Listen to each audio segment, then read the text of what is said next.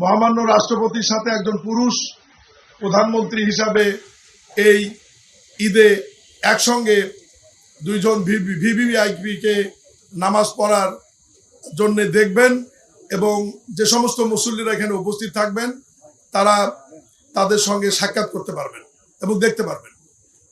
বরাবরের মতোই যে আয়োজন থাকে সেরকম আয়োজনই থাকবে। ইতিমধ্যেই প্রশাসক মহোদয় বলেছেন এর বাইরেও একটা মেডিকেল টিম এখানে থাকবে, অজুর ব্যবস্থা থাকবে, ভদ্র মহিলাদের জন্য মুসল্লিদের জন্য আলাদা ব্যবস্থা থাকবে, সাধারণ মুসল্লিদের জন্য আলাদা ব্যবস্থা থাকবে। পুরুষ এবং মহিলা মিলে সব সহ কম বেশি প্রায় 40,000 মুসল্লিদের এখানে নামাজের ব্যবস্থা থাকবে। আমরা আজকে এসেছি সর্বশেষ আয়োজনের অবস্থাটি দেখতে। আপনারা আমাদের পক্ষ থেকে, আয়োজকদের পক্ষ থেকে জাতির সামনে তুলে ধরবেন এই বিষয়টি। এবং আমি আবারও বলি, ঈদের নামাজ অনুষ্ঠিত হবে সকাল 8:30টায়। এই সময়ের মধ্যে যে সমস্ত মুসল্লিরা মহামান্য রাষ্ট্রপতি এবং বাংলাদেশের সবচাইতে এখন জনপ্রিয় প্রধানমন্ত্রী জনাব তারেক রহমানের সঙ্গে যারা ঈদের জামাতে নামাজ আদায় করতে চান তাদেরকে আমি তার অনেক পূর্বেই এখানে আসবার জন্য দাওয়াত করছি, আমন্ত্রণ জানাচ্ছি। আমি কি কিছু ধরেছি নাকি? আপুটা আপনাকে চেক আউট করছে, জাস্ট কুল থাকুন।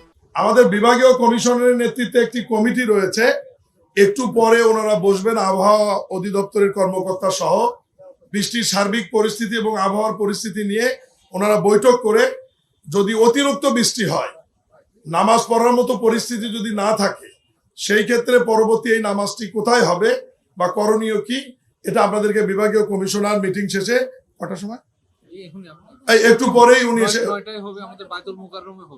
আচ্ছা উনি ব্রিফ করবেন, এটা পরবর্তীতে বিভাগীয় কমিশনার সাহেব আপনাদেরকে আমরা যাওয়ার পরে বিভাগীয় কমিশনার আপনাদের সাহেব।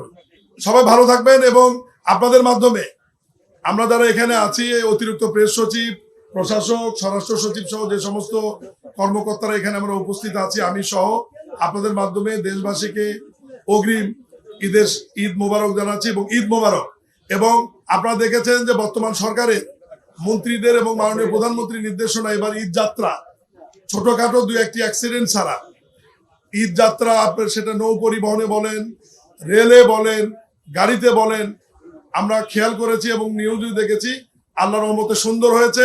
এবং মহান আল্লাহর ইচ্ছায় আমাদের ঢাকার বাসী তাদের নির্দিষ্ট গন্তব্যে সুন্দরভাবে স্বাচ্ছন্দ্যভাবে পৌঁছেছেন। এই জন্য মহান আল্লাহর নিকট আমরা শুকরিয়া আদায় করি। ধন্যবাদ সবাই।